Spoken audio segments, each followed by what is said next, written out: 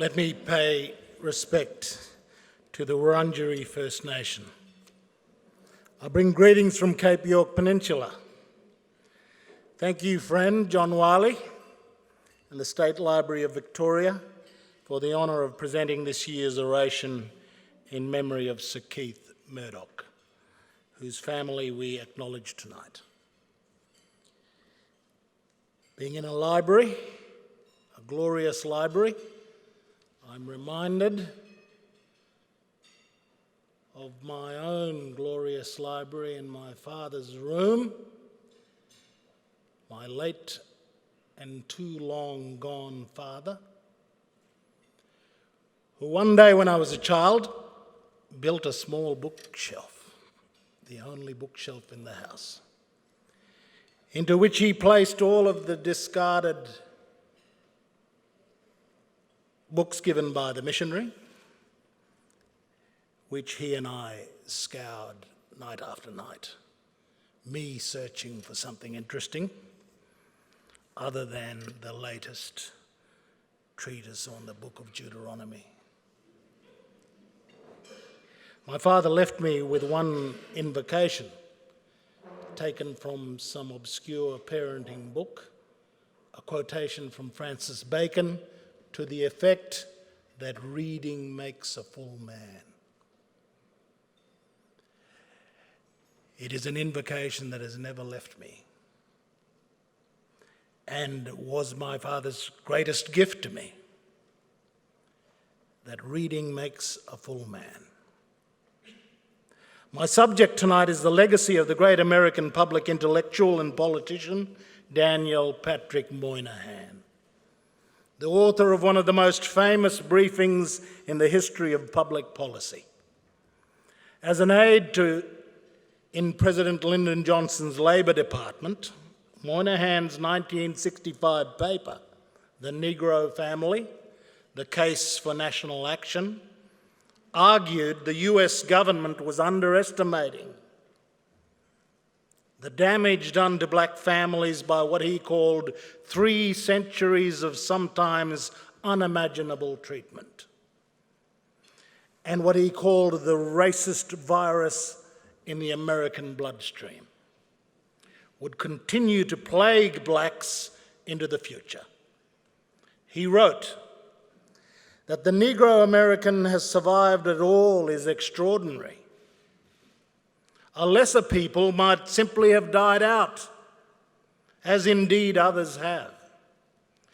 But it may not be supposed that the Negro American community has not paid a fearful price for the incredible mistreatment to which it has been subjected over the past 3 centuries.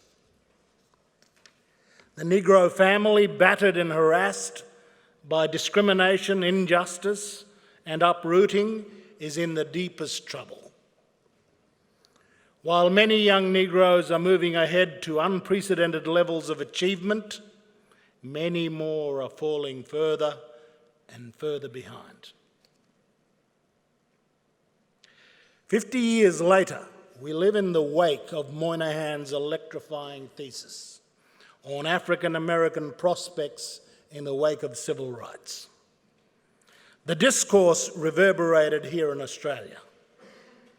Moynihan's was an attempt to identify the radical centre in thinking about the legacy of slavery and racism and its effects on African Americans, and what it would mean for the hopes and dreams they held after the catharsis of civil rights.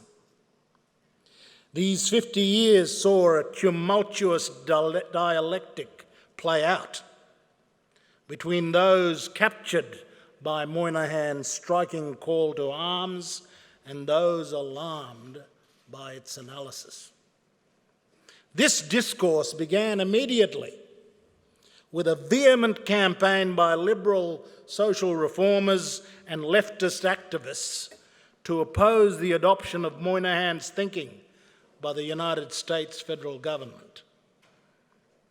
The first riposte to the Negro family came from Harvard academic William Ryan, taking aim at Moynihan's identification of the black family as the ground zero of black poverty and social crisis.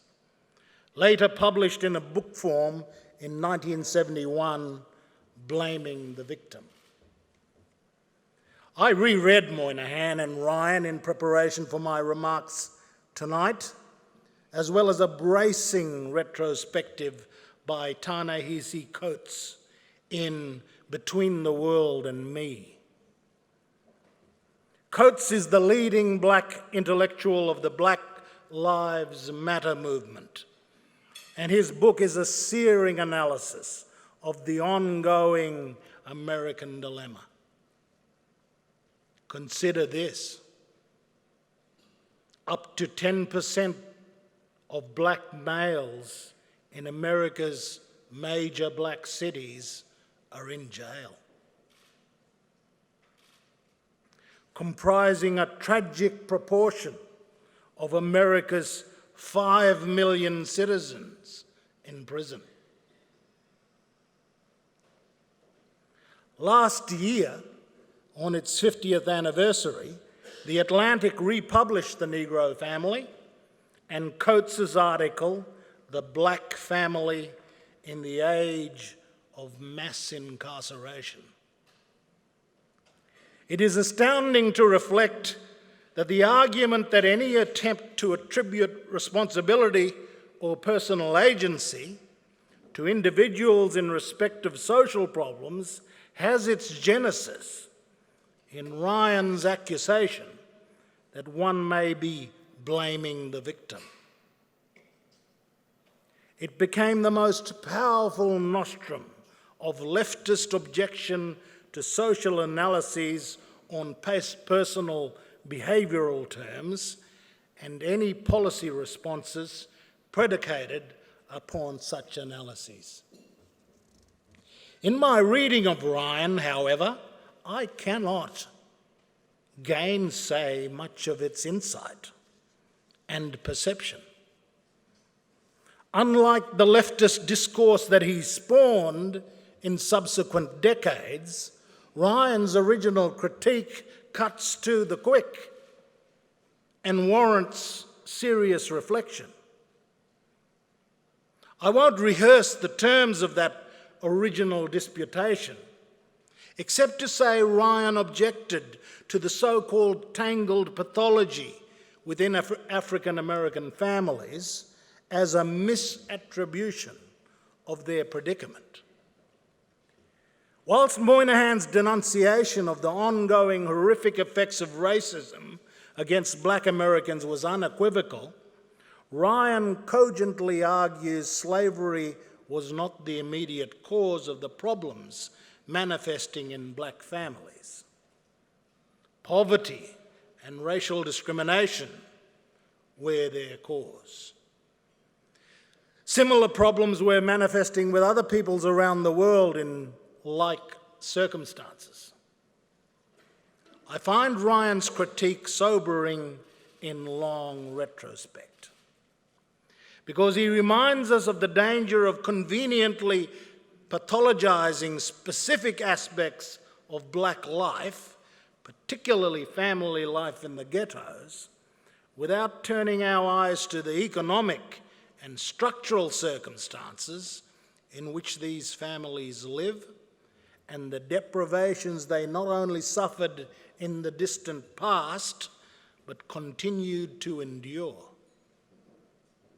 Social policy responses in the modern era have been confined to addressing segments of egregious disparity without looking at the broader circumstances that gave rise to those problems and which, more importantly, drive these problems into the future.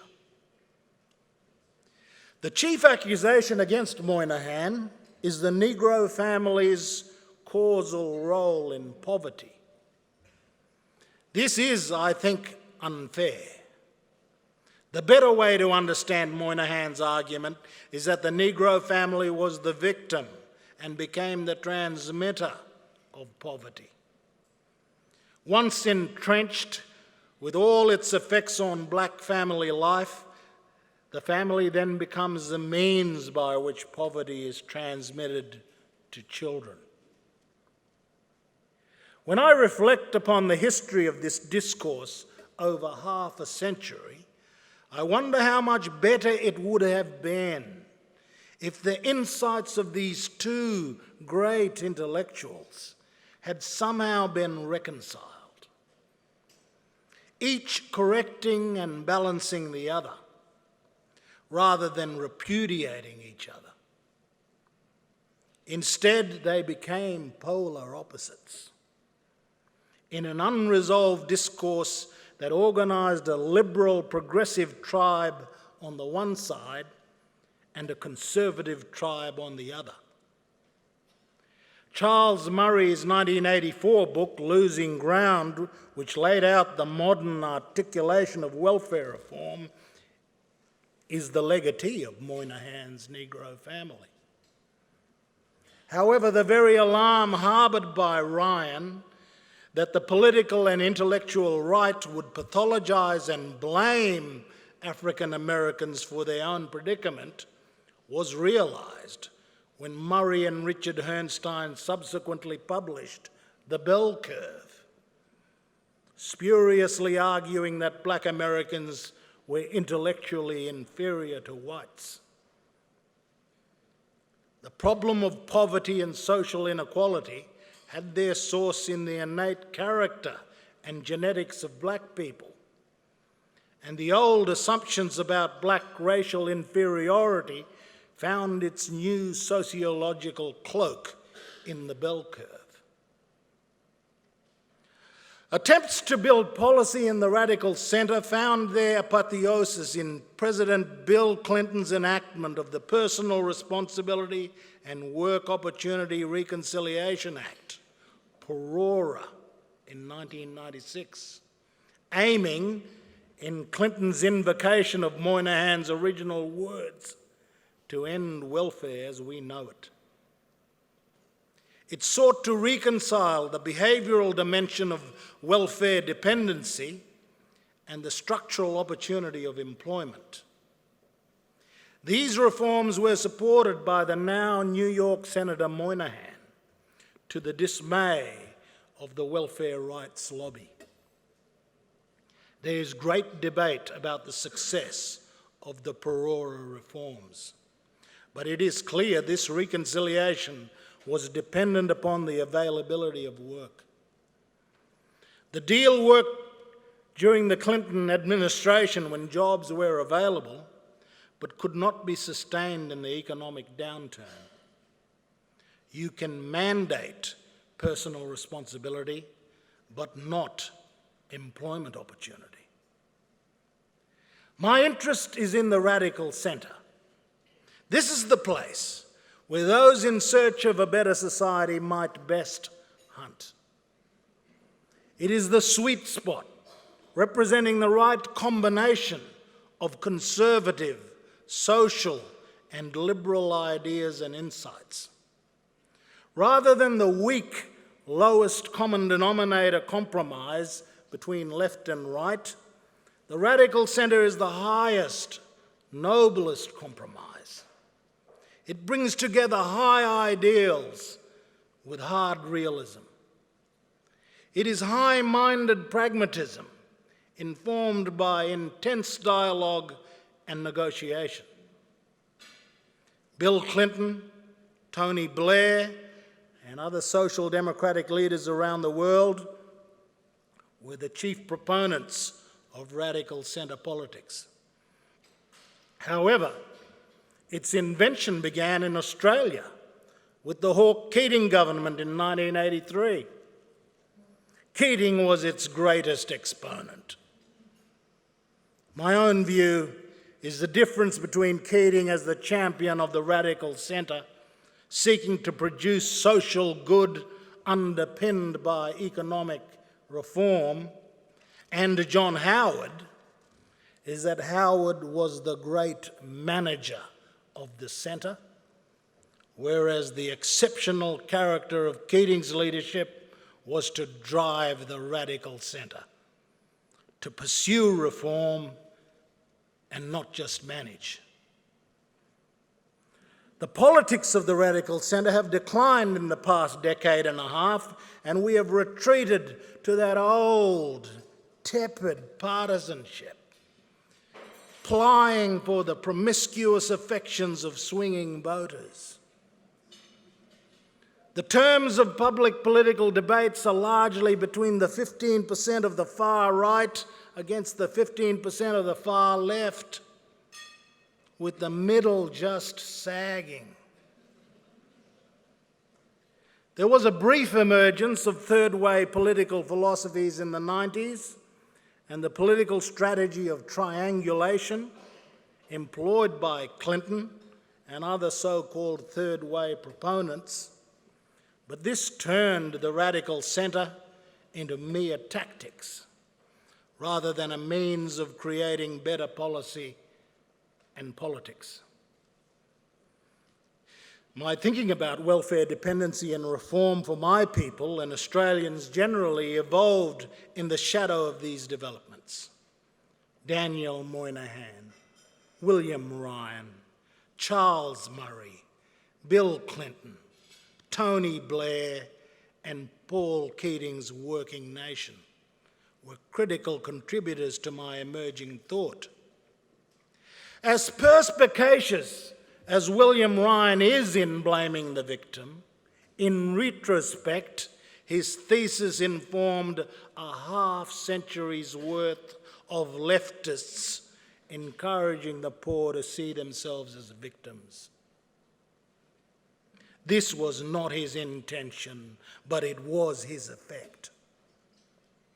His riposte to Moynihan was a nostrum that became an ideology that became a mindset. And legions of leftist social workers and academics compounded the idea that the victimised were indeed victims and entitled to a sense of victimhood. I have long argued against the horrific results of this legacy. Inculcating a sense of victimhood in the victimised is for me to remove power from the victims. In a sense, the right's relative heartlessness was preferable.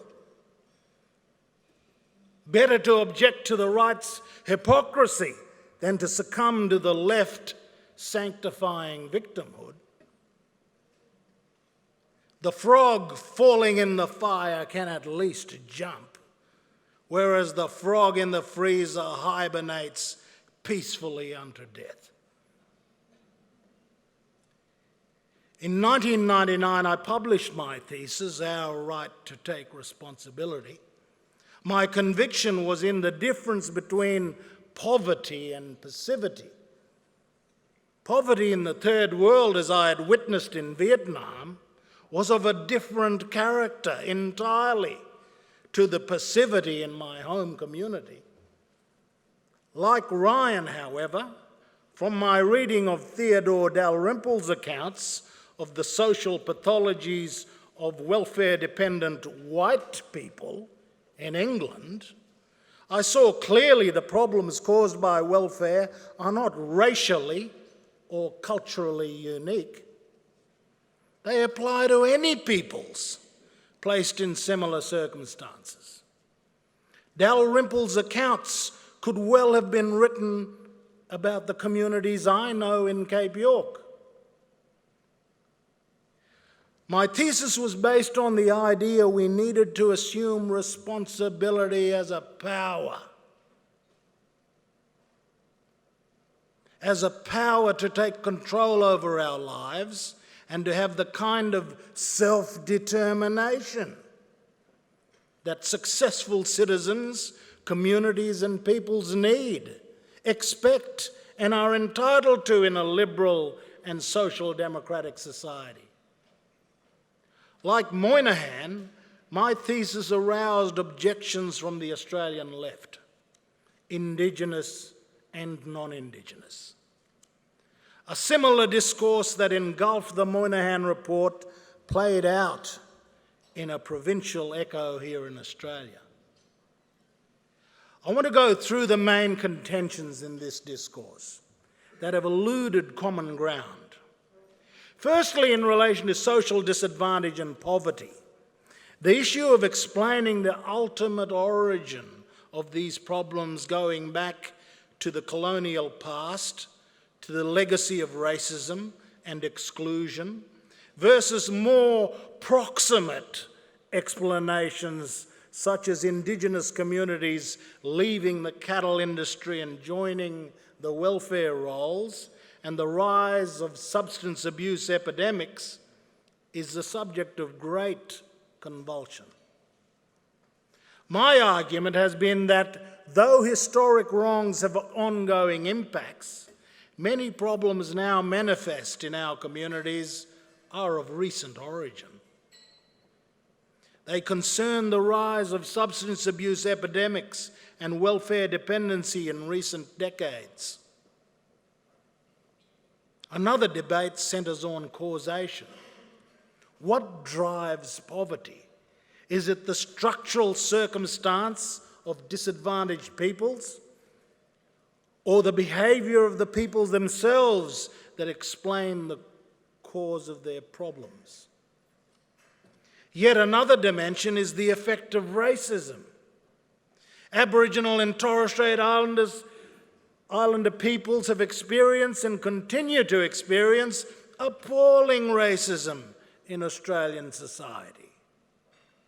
But in responding to that racism, should we inculcate a sense of victimhood in the victimised, or should we resist racism whilst ensuring it does not become our burden?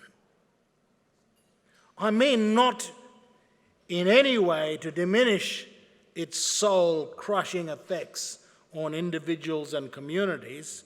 I only mean to say that we should never nurture a sense of victimhood, otherwise we let the racists win. And finally, the whole question about agency. Should we focus on personal agency or structural reform? The left say structural reform and the right say personal agency. Like Clinton and Obama, I say both/and. The crucial question is, however, what should the relative emphasis be? My own view in relation to analysis, at least 51%, is structure and 49% is agency. However, when it comes to action and what we should do and must do, then my argument, it is at least 51% agency and 49% structure. Because at the end of the day, it is personal agency that will drive any structural reform. We can't just sit back and hope structural reform will somehow happen and absolve us of the necessity of agency. This is the passive leftist daydreaming of social justice. Social justice, in truth, is secured when 2 by 2, clutching our children to our breasts, we climb the stairs of social progress in pursuit of better lives for our families, animated by the engine of our own liberal self-interest, whilst supported by the social underpinnings of that staircase built by the distribution of opportunity. We need strong, healthy, educated children to emerge in distressed communities, whilst at the same time working for structural change. The stronger our children are, the better they will be able to fight for future reform. In 2015, 8 regional communities across Indigenous Australia provided the federal government an agenda for empowered communities. which grapples with the structural dimensions of Indigenous empowerment. This blueprint sought to answer the call made in the 1990 Royal Commission into Aboriginal deaths in custody. 25 years after the Commission, the number of Indigenous people in prison has doubled.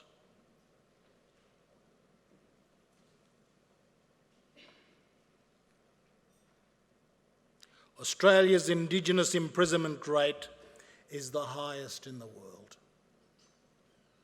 27% of our prisoners come from 3% of the population.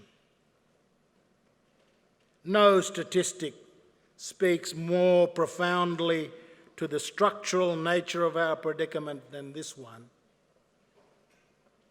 If there is not a structural, indeed constitutional basis for 3% of any society filling 27% of its jails, then we would have to subscribe to a theory of innate criminality on the part of those peoples.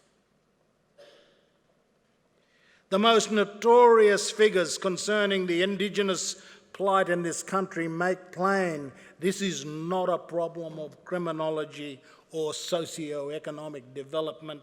This is a problem of disempowerment, derived from that people's status in the nation.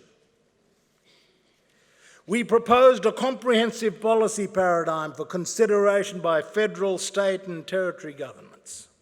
Essentially, the challenge of creating a level playing field between the elephants of government and the mice of Indigenous Australia is to find the right fulcrum between the two, to create a relationship of negotiation and mutual responsibility and respect, rather than a top-down relationship of mendicancy and control. The other structural agenda that is imperative in my view is the constitutional recognition of Indigenous Australians. This too is about empowerment and responsibility. Australia's First Nations must be empowered with a voice in relation to the laws and policies that affect our people. Finally, the country needs to embrace the Indigenous heritage of Australia in a way that celebrates it as the heritage of the entire nation.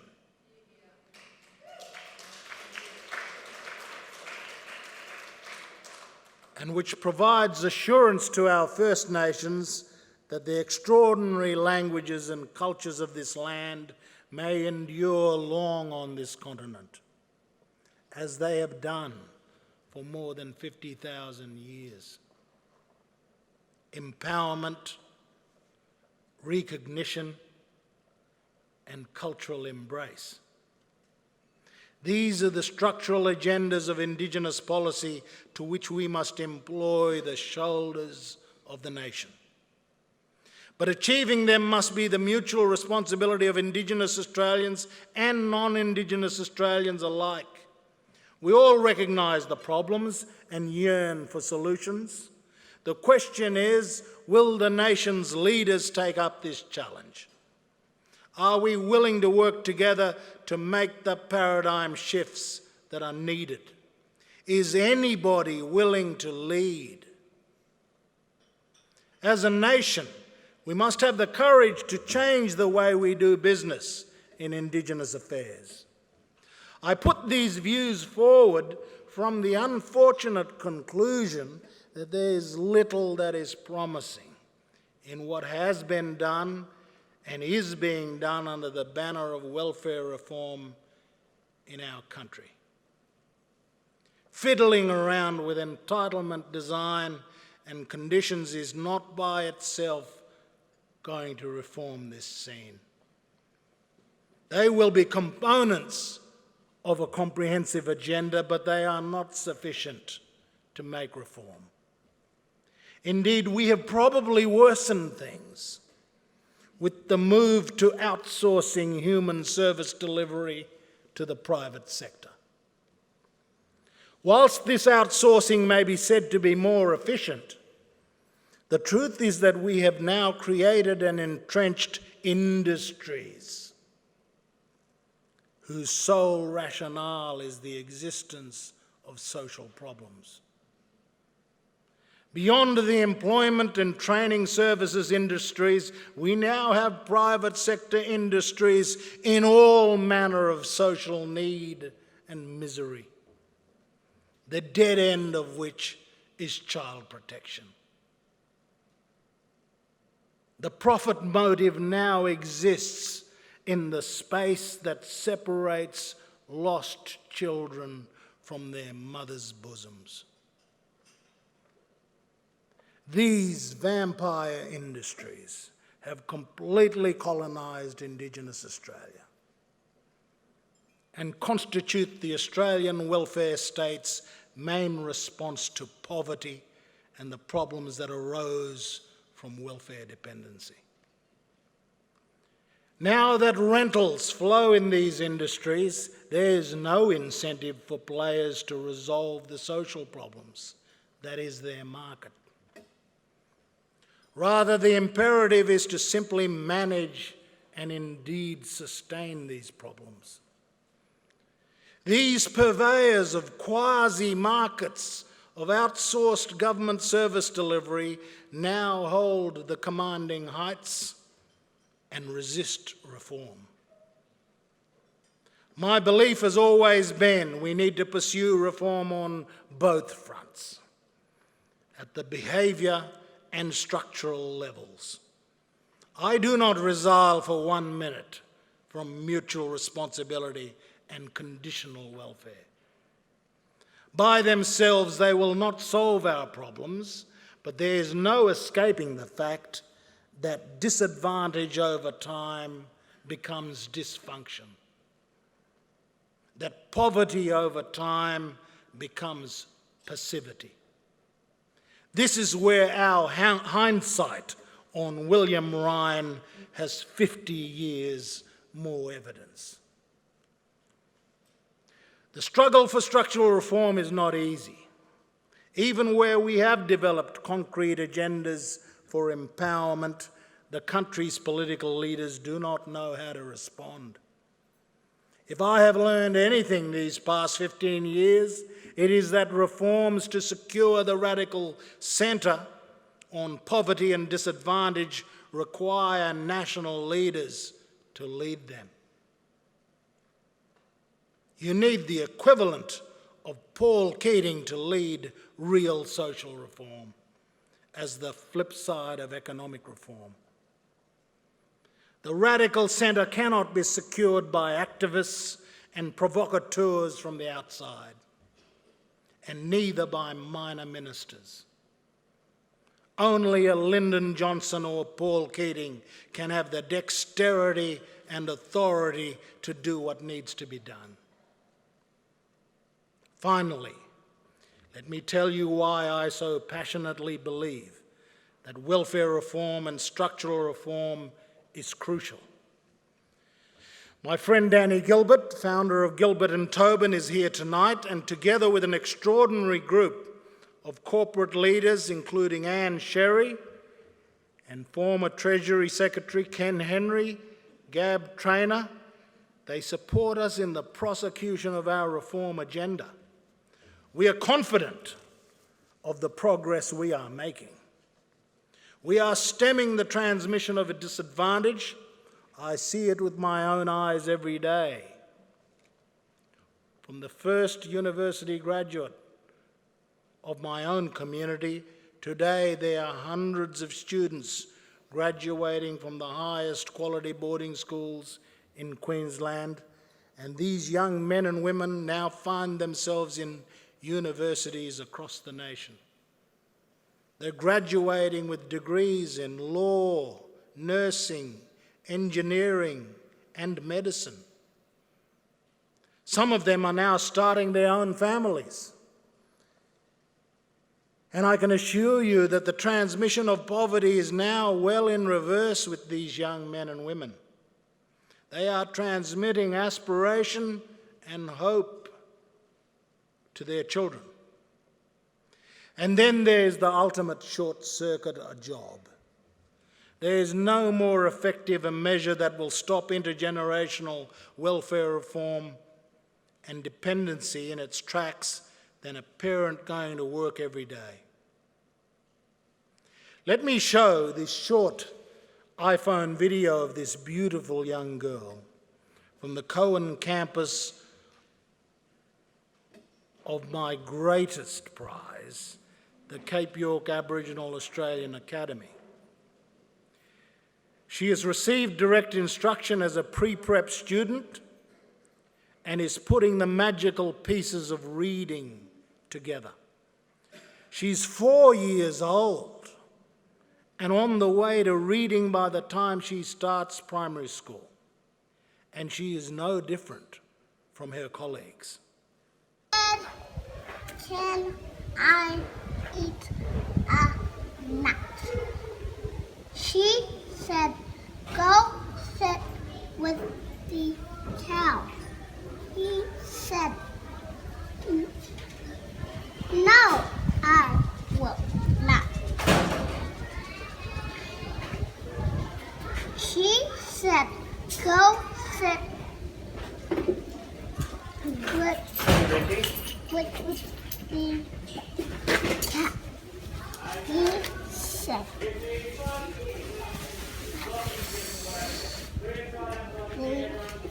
the cat can eat. These are the great pleasures of my work. Nothing excites me more than seeing this kind of magic. I have utmost optimism for this little girl's future. Her parents send her to school at above 95% attendance rates. Her family puts money aside into a trust account for her education every week. She has hundreds and at times more than $1,000 in her trust fund, depending whether uniforms, tuck shop, musical instruments and books have been purchased from her funds. Her mother and father know something is going on for their beautiful child, and they are engaged. The only thing I worry about is whether her black skin will raise barriers to her future, and whether she will enjoy her Aboriginal language and heritage, along with all of the other great privileges of her Australian citizenship. While I hope she will develop her own resilience to the slings and arrows that she will surely face, I pray that she will have the future she deserves and has reason to value. Thank you.